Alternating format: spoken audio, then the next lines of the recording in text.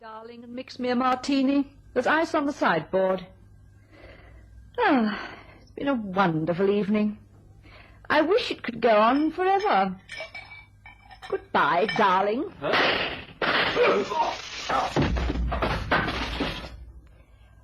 And when they find your body, darling, I shall have conveniently left via the fire escape.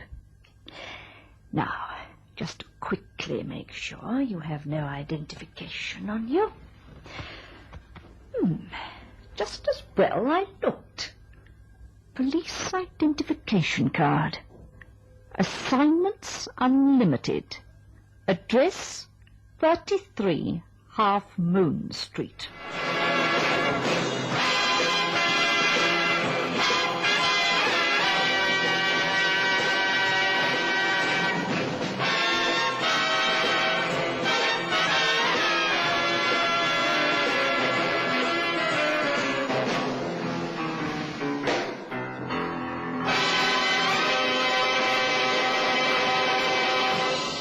The girl in the Ascot hat.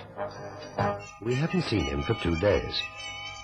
Not a very long time, you might think, but it's a hard and fast rule at Assignments Unlimited that operators report in every 24 hours. He hadn't been home, and his landlady confirmed that his bed had not been slept in. I asked Crash Carson to check his filing cabinet for a clue, because I knew he was on an assignment. It was ominous that Carson drew a blank. Chief, for a meticulous man, this file reads like a lovesick teenager. He's been tailing somebody for the past 6 weeks, a wayward husband. The wife employed him and paid weekly in cash, but listen to this. Previous docket detail destroyed. Nancy wishes to have the whole thing as secret as possible. I can surely grant her such a small request. Oh, but that's against the rules. When an operator starts calling a female client by a Christian name, rules usually fall by the wayside. You said he was tailing the husband. Well, look up his name, and, well, you've got hers. Yeah, that's right. And that makes her name Nancy X. Is that how he refers to the man? Listen, kept the tail on X today as usual. Same social round, but nothing incriminating. X is playing it cool, but he'll make a slip soon. I feel sure of it and hope so for Nancy's sake. Yeah, well, I've already checked on the fees. He's paid them in regularly every week. Yeah, I know. I checked, too. Every Saturday morning, except last Saturday morning. Did he report to the office on Friday, Chief? At 10 a.m. And nothing from him since? Not a word. Well, maybe he took off for a long weekend with this Nancy doll. Oh, he'd have reported first. He always has in the past. Chief, you're worried. Well, now I've seen the file, I am. You better ring the police, Carson, and report him missing.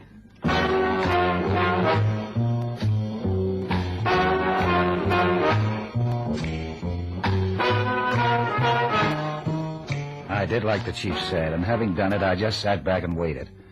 There wasn't anything else to do. The file gave no name of client and referred to the trailee as X.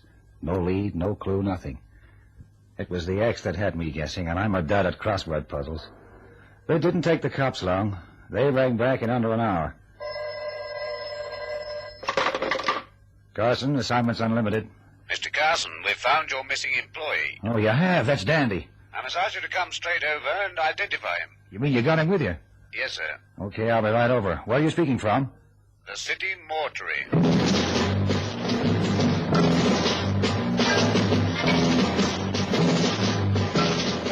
Outside, the street was full of stiff-necked actors. Inside was full of just stiffs. The marble floor of the mortuary was cold and echoed the footsteps of the curious, the cautious, and those to whom calamity had come suddenly. Inspector Bottomley of the murder squad was there as the attendant pulled open the drawer and flung back the sheet. But for the grisly pallor of death, he could have been sleeping. There wasn't a mark on him, just a look of utter astonishment. The kind a gopher might get who holed in one. We turned him over, and I regretted the mental simile. There were 2 bullet holes drilled neatly into the center of his back. Well, what's the story, Inspector? We picked him up in the restroom and office suite in Chamberlain Buildings. It's a good business address on Sloane Street. He copped it late on Friday night, and we got there in 15 minutes. Office block? I know what you're thinking. Who'd work in an office block on a Friday night? Well, we were lucky there. A firm of chartered accountants were working overtime. They heard the shots and rang Scotland Yard. The bird had flown, of course, via the fire escape. She'd left the window open and made no attempt to cover her tracks. which would indicate that it was a crime of passion executed in a moment of stress. You said she. Yes, we've arrested a Mrs. Nancy Sloane and charged her with the murder. Nancy, huh? Yeah. Does the name mean anything to you? He was an operator from Assignments Unlimited. His file's in the office. I'll get it over to you at the yard. Doesn't say much, but it does mention the name Nancy. He was employed to tail her husband. Mr. Edwin Sloane. Well, the file refers to him as X, but I guess it must be the same guy. You work fast to get onto her. We found a note addressed to her in his pocket, and an amorous note.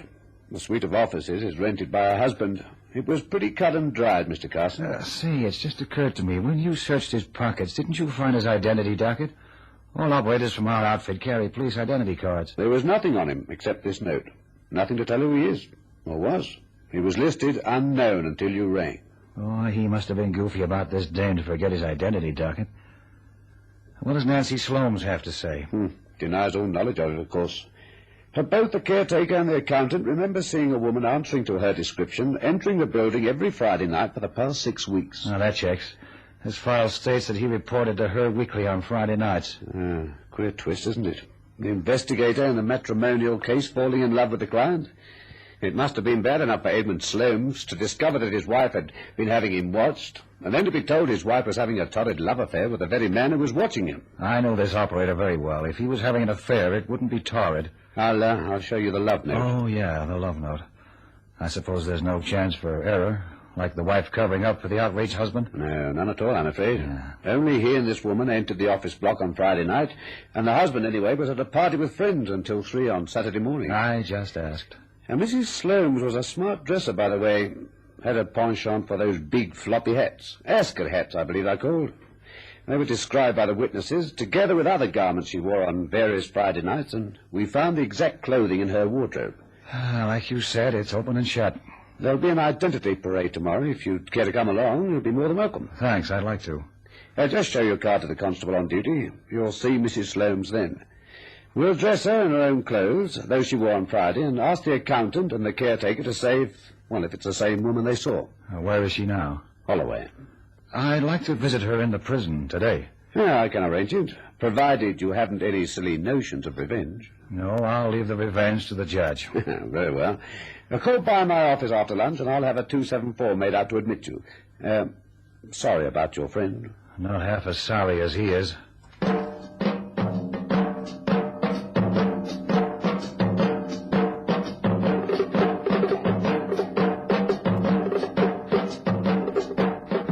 Holloway Prison is a grim monument to feminine folly.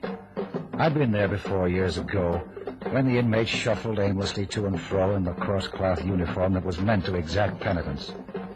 But times have changed, and the accent today is on rehabilitation, so that floral dresses and a dash of lipstick has transformed the atmosphere into something resembling an all-women university campus. And that's one of the things the university does. Turns precocious adolescents into responsible citizens. I was shown to Mrs. Nancy Sloane's cell. There were curtains in the window, and a religious picture on the wall. Mrs. Sloane was on her feet to greet me. I mention that because I saw her through the bars before we went in, and she was standing on her head in the middle of the cell. I thought that maybe also she was crazy, but when she looked at me, I knew that she was very sane and also very beautiful. The matron said you were coming. Mr. Carson, isn't it? Yes. You're Nancy Sloane's? I am. You always stand on your head like that? Not always. Just half an hour every day. I'm a yoga. Oh, yeah, I've heard of that. Please sit down on the chair. I'll use the bed. Thank you.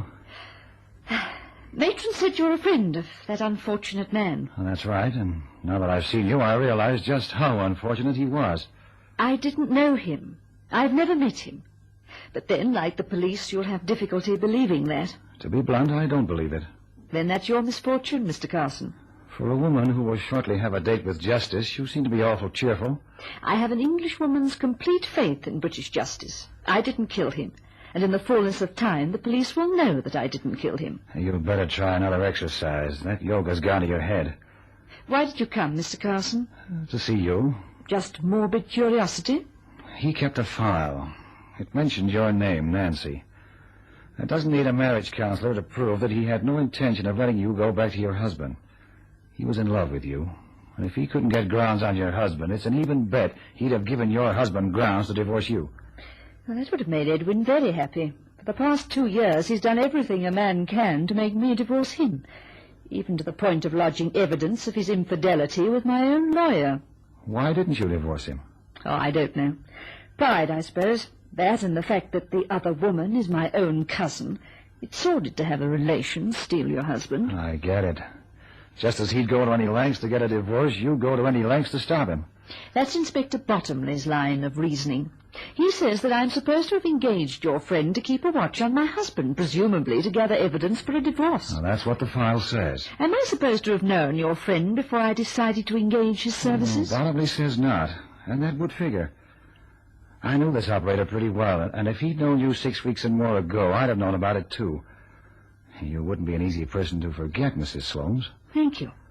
Well, and since my lawyer has all the evidence I could possibly want for a divorce, it seems rather pointless to engage your friend to discover more. Now, the report on file shows your husband to be blameless over the past 6 weeks. Then if you'll forgive me for saying, your friend was either grossly incompetent, a fool, or was engaged for some quite different purpose. He was a meticulous guy. He wouldn't fabricate a story in his file.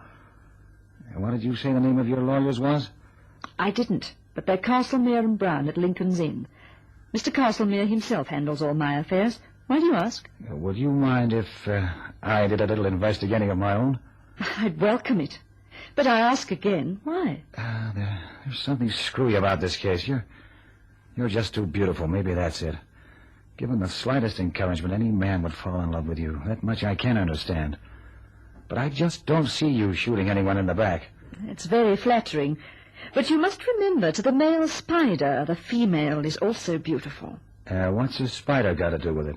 Do you know what the female does to the male after he's made love to her? I'll buy it. She eats him, Mr. Carson. Carson left Holloway Prison, his mind a confusion of thoughts. He went straight to Lincoln's Inn and the offices of Messrs. Castlemere and Brown. One glance at its prim and austere interior decided for Carson that here was a house of impeccable honesty. It gave him a comforting feeling as he was ushered into the presence of Mr. Castlemere, a benign old gentleman with snow-white hair and a ruddy complexion. Come right in, Mr. Carson. Take an easy chair and make yourself comfortable. Thank you, sir. You've come about Miss Nancy. She telephoned. Are you allowed a telephone in Holloway Prison? Oh, naturally. Miss Nancy has been formally charged, but in England a person is innocent until proven otherwise. Do you think she's innocent?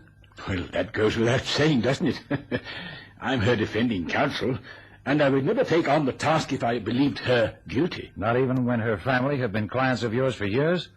Not even if it were my own child. Now, I'll just get the file. That won't be necessary, Mr. Castlemere. I simply wanted to ask you a few questions, if you'd be kind enough to answer them. If I'm able to give a truthful answer, then I will. Thank you, sir. Tell me about her husband, Edwin Sloane. A mean and avaricious fellow. She was a fool to marry him, and I told her so. But he has a great deal of charm for the opposite sex, and I fear he turned the poor girl's head. He never loved her, of course. She's a very beautiful woman. Very. That wouldn't interest Sloane's, except as a passing fancy. He thought she was heiress to a considerable fortune. And she wasn't. Her father died a few years ago. He left her the house and a small annuity, and that's all. And so Boyo starts looking around for something better.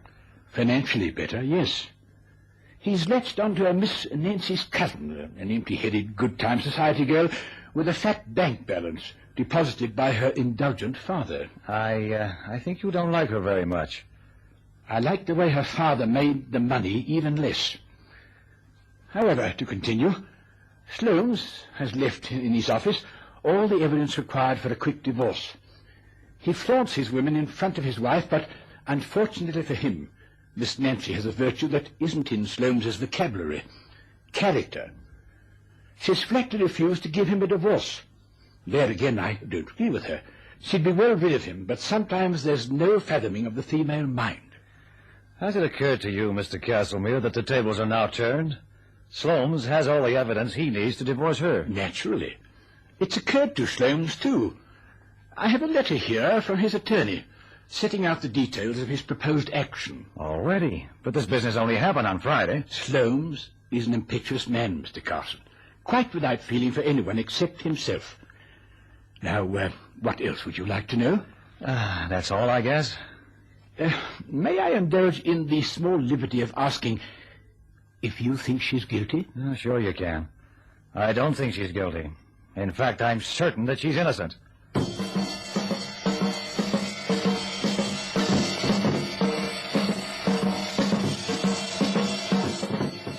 In the presence of that kindly old man, I would have been happy to agree that there was no evil at all in the world.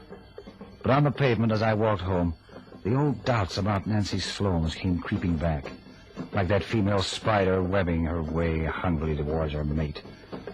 The following day, I arrived at Scotland Yard, produced my police card, and was shown into a small drab room that housed a few deal chairs and a glassed-in stage. It was on this stage that I was soon to get my second look at Nancy Sloane's. She would parade in the dress and ascot hat that she allegedly wore on Friday night. Inspector Bottomley was already there, and when I arrived, he was in conversation with two men, whom I correctly deduced to be the accountant and caretaker, respectively. Bottomley greeted me as affably as always. I'll take a few, Mr. Carson. Thanks. Over here, if you don't mind. Okay. The law says I may not introduce you to the witnesses until the parade is over. Think I might influence them? We take no chances. The accused is innocent until proved guilty. It seems I've heard that before. Is Nancy here? Nancy? Mrs. Sloane's. Oh, I know who you mean. I was just surprised at the use of her Christian name. After all, you've only met her once, haven't you? Yes, and don't lay it on. It was a slip of the tongue. You've been thinking a lot about her, haven't you? But then she's a most attractive woman. Physically, that is. What's that supposed to mean? I'll be frank with you, Carson. I expect this identity parade to be no more than a formality. They'll both swear it was her in the office block on Friday. That's what I think. What does she say she was doing every Friday night for the past 6 weeks? Practicing yoga in private at home. The servants, they must have seen her. No, you really have got it bad. There are no servants. Her allowance doesn't run to it. Yeah, I heard that too. Right, shall we begin? Okay, sure. All right, Constable. Bring them on.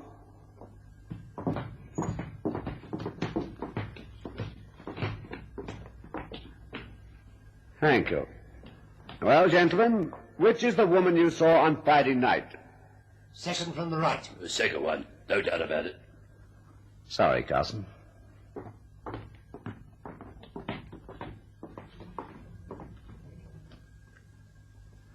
I could only think of the hat. At first I saw only her, a proud, lovely woman, walking with a firm step across that boarded stage, her shoes clacking a rhythm in the groove hollowed by 1,000 felons' feet as they'd shuffled the walk down half a century. But then the witnesses had spoken up, and now only the hat remained. A ridiculous memory of floppy purple, half concealing her face like the plumed helm of Navarre. I don't remember saying goodbye to Bottomley. I don't remember what prompted me to visit Edwin Sloane's. But there I was in his Hartford house talking to him, hating him, and knowing all the time that my hate was illogical. You wasted no time in presenting your case to attorney. Are you being impertinent? I guess I was at that. I apologize. The man was my friend. Somehow you never think it can happen to a friend. I guess I mixed up some. I can understand. It's been a tragedy for me. To be spied on is bad enough. To be cuckolded is the last humiliation. She might pay for it with her life. You may think me callous, but I can shed no tears for her. The inspector showed me the little love note in that fellow's pocket. She's a beautiful woman. What excuse is that? Anyway, her cousin is just as beautiful, and we're leaving tomorrow for Bournemouth for a few days to forget. And if you're wondering about my scruples, forget it. After that note they found on the body of your friend, there can be no doubt about the kind of woman she was. Not only the note.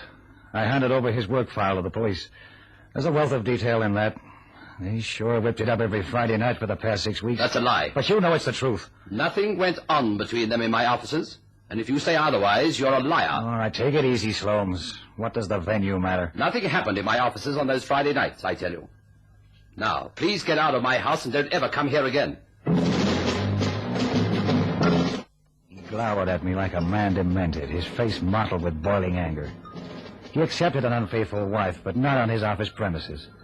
That didn't add up. He tried everything to get rid of his wife. How could he be even remotely jealous? Everything? The word sprung out like a scarlet billboard. Everything except one thing. I recoiled in horror at the thought. But I knew in my heart that what I was thinking was the ghastly truth. My mind chased back over our conversation, unscrambling the jumble of words. He'd said, Nothing went on between them in my offices. And if you say otherwise, you're a liar. That could mean only one thing. He was jealous of whoever was in that room Friday nights. And he wasn't jealous of his wife. He hated her. What else was it he said? Her cousin is just as beautiful. And we're leaving tomorrow for Bournemouth for a few days to forget. A few days. For a few days the house would be empty. It was my only chance. Her only chance. From a nearby thicket I watched them leave. I entered the house at midnight. After 2 hours searching, I found it. Charred embers in the combustion stove were proof that most of the clothing had already been destroyed. But this was intact, perfect as the day it was made. A great, floppy, purple creation that any milliner would tell you was an Ascot hat.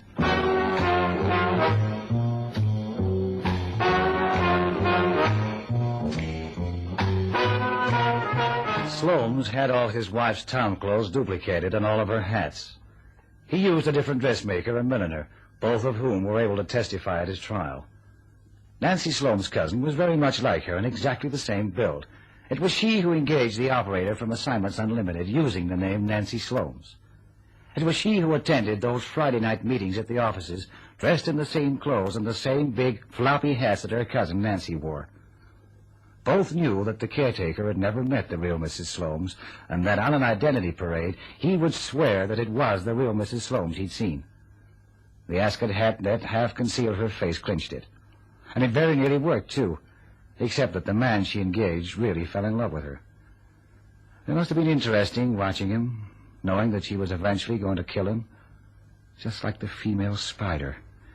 He loved her, but she murdered him in cold blood. You know, it's a terrible story, Carson. Will Nancy Sloane's now see the judge about a divorce? She doesn't need to now, Chief.